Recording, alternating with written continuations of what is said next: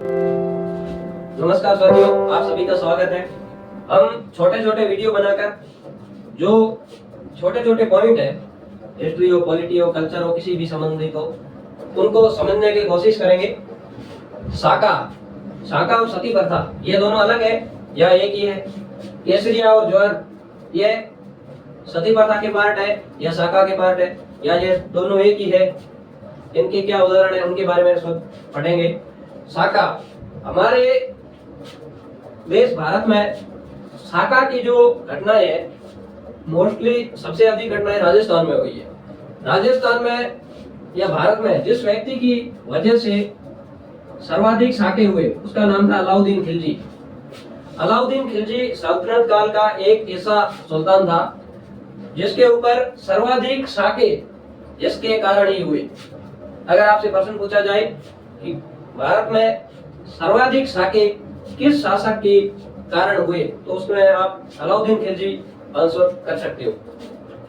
शाका एक दो प्रक्रियाओं का जुड़वा रूप है।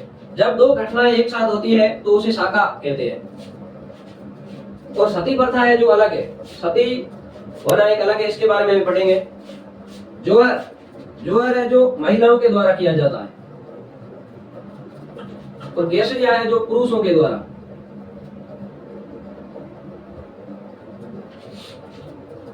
जिस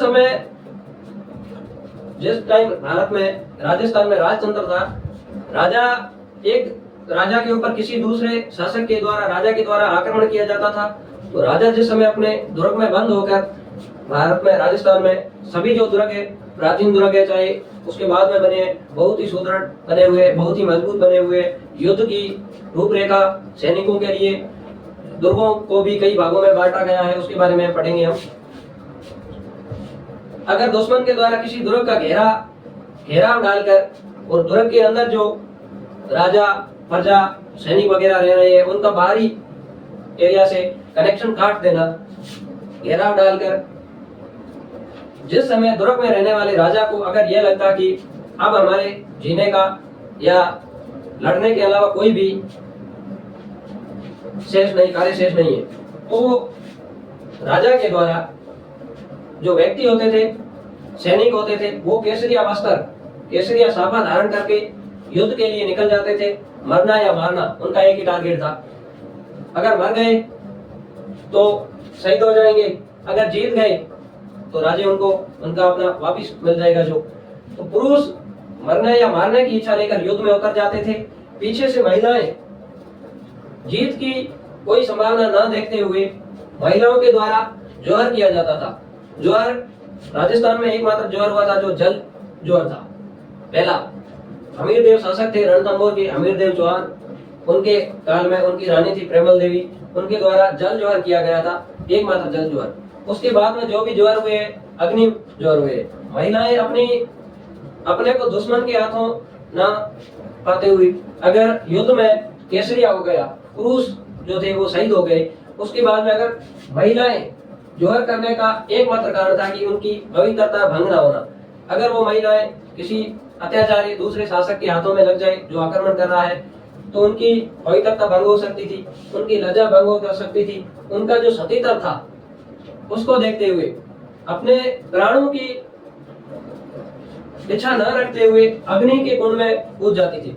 राजस्थान में पहला जोहर जो अग्नि जोहर था, जो मेवाड़ में हुआ था, चित्तौड़ के शासक थे रावल रतन सिंह और उनकी जो रानी थी पद्मनी, उनके नेतृत्व में पद्मनी के साथ में 16,000 महिलाओं ने जोहर किया था। वो भारत का क्या पूरे वर्ल्ड का सबसे बड़ा जोहर हो सकता है। जोहर और केसरिया ये प्रथाएं राजस्थान में ही मिलती है। इनमें से जोहर बहुत ही इंपॉर्टेंट है, क्योंकि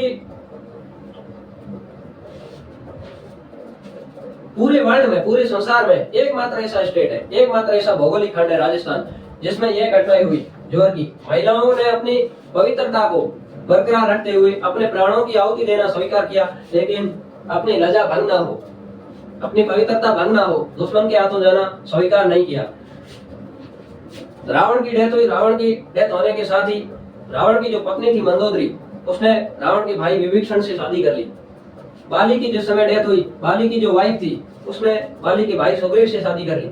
ऐसी अनगिनत, ऐसी हजारों और भी घटनाएं हुई थी जिन्होंने जोहर नहीं किया, किसी भी युद्ध में शामिल हुए, पूरे वर्ल्ड में कहीं पर भी घटनाएं हुई है, महिलाओं के द्वारा जोहर नहीं किया गया। पुरुष केसरिया जो पुरुष थे वो शहीद हो जाते थे, लेकिन सिर्फ भरत एक राजस्थान ही एक ऐसा स्टेट है जहां पर महिलाओं ने जोहर किया, महिलाओं ने अपनी पवित्रता को बरकरार रखा। कितने साके हुए हैं उसके बारे में हम अलग से पढ़ेंगे। राजस्थान में बहुत अधिक साके हुए हैं, जैसलमेर में एक 2.5 साका हुआ है। 2.5 साका क्यों हुआ है इसके बारे में हम पढ़ते हैं। 2.5 साका राजस्थान के एक रियासत थी जैसलमेर। जैसलमेर रियासत में एक शरण मांगने के नाम पर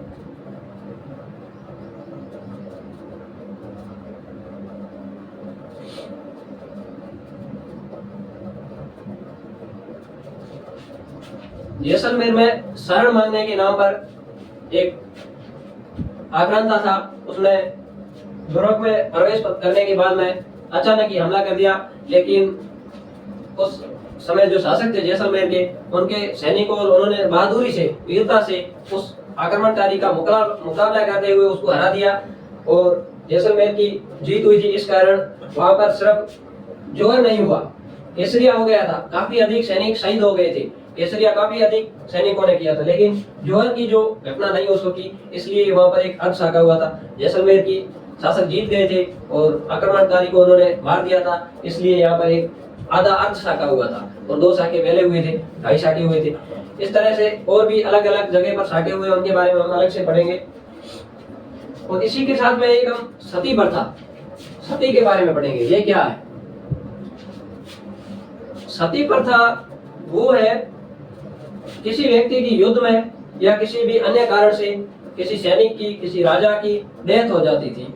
मौत होने के बाद में उसकी जो पत्नी थी उसके द्वारा उस मृत व्यक्ति के शरीर के साथ में ही अपने को, अपने जो चिंता के साथ में ही अपने को अग्नि में समाहित कर लेना, जलकर प्राणों की आहुति दे देना सती प्रथा था। केसरिया और जोहर दोनों अलग अलग होते थे। इसमें महिलाएं अलग से अग्नि जोहर करती थी, चाहे जल जोहर हो।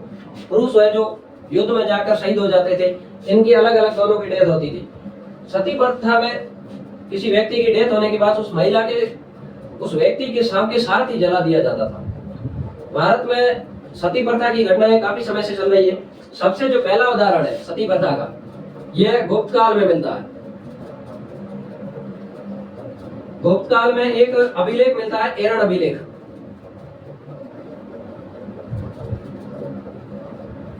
एरण अभिलेख में गुप्त काल में एक शासक हुए थे, उनका नाम था भानुगुप्त। और भानुगुप्त के एक सेनापति थे,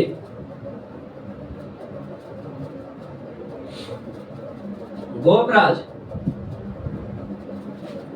सबसे जो पहला उल्लेख है सती प्रथा का गुप्त काल में मिलता है। गुप्त काल के एक अभिलेख है एरण अभिलेख। एरण अभिलेख में गुप्त वंश के एक शासक थे भानुगुप्त, उनके सेनापति थे गोपराज। युद्ध में उनकी डेथ हो जाने के बाद में भानुगुप्त की पत्नी, नहीं, गोपराज की जो पत्नी थी वो सबके साथ ही सती हुई थी। पहला जो लिखित प्रमाण मिलता है, उससे पहले भी हुए होंगे, लेकिन ये एक लिखित प्रमाण मिलता है। उसके बाद में अंग्रेजों के द्वारा 1822 में बूंदी रियासत में सती प्रथा को जो बैन कर दिया गया था। और सबसे जो अंतिम सती प्रथा का उदाहरण मिलता है हमें जो 1987 में, 1822 में अंग्रेजों ने सती प्रथा के उन्मूलन के लिए प्रतिबंध लगाया था। लेकिन जो सबसे अंतिम घटना 160-70 साल बाद तक भी राजस्थान में, भारत में सती प्रथा की घटनाएं होती रही थी। सबसे अंतिम उदाहरण है जो 1987 में देवराला गांव है एक सीकर में। देवराला सीकर में एक सती हुई थी महिला।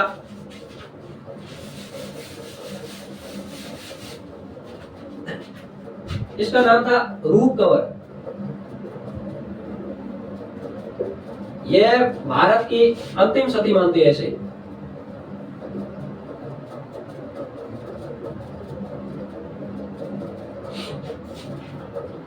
इनके पति का नाम था माल सिंह शेखावत। इनकी किसी कारणवश डेथ हो गई थी और इनकी पत्नी थी जो रूप कंवर, वो महिला इनके पति के शव के साथ में ही 1987 में सती हो गई थी, जिस कारण राजस्थान के जो सीएम थे उनको भी अपने पद से इस्तीफा देना पड़ा था। उनके ऊपर जो सती करने में, उस प्रक्रिया को करवाने में जो सहयोगी व्यक्ति थे उनके ऊपर भी आरोप लगे थे। वर्तमान में 2020-22 में जो कोर्ट का फैसला आया था उसके बाद में भी अभी भी ट्रायल चल रहा है। लेकिन 1987 में देवराला सीकर में एक सती कांड हुआ था। यह पूरे भारत का, पूरे वर्ल्ड का, पूरे राजस्थान का अंतिम सती प्रथा का उदाहरण है।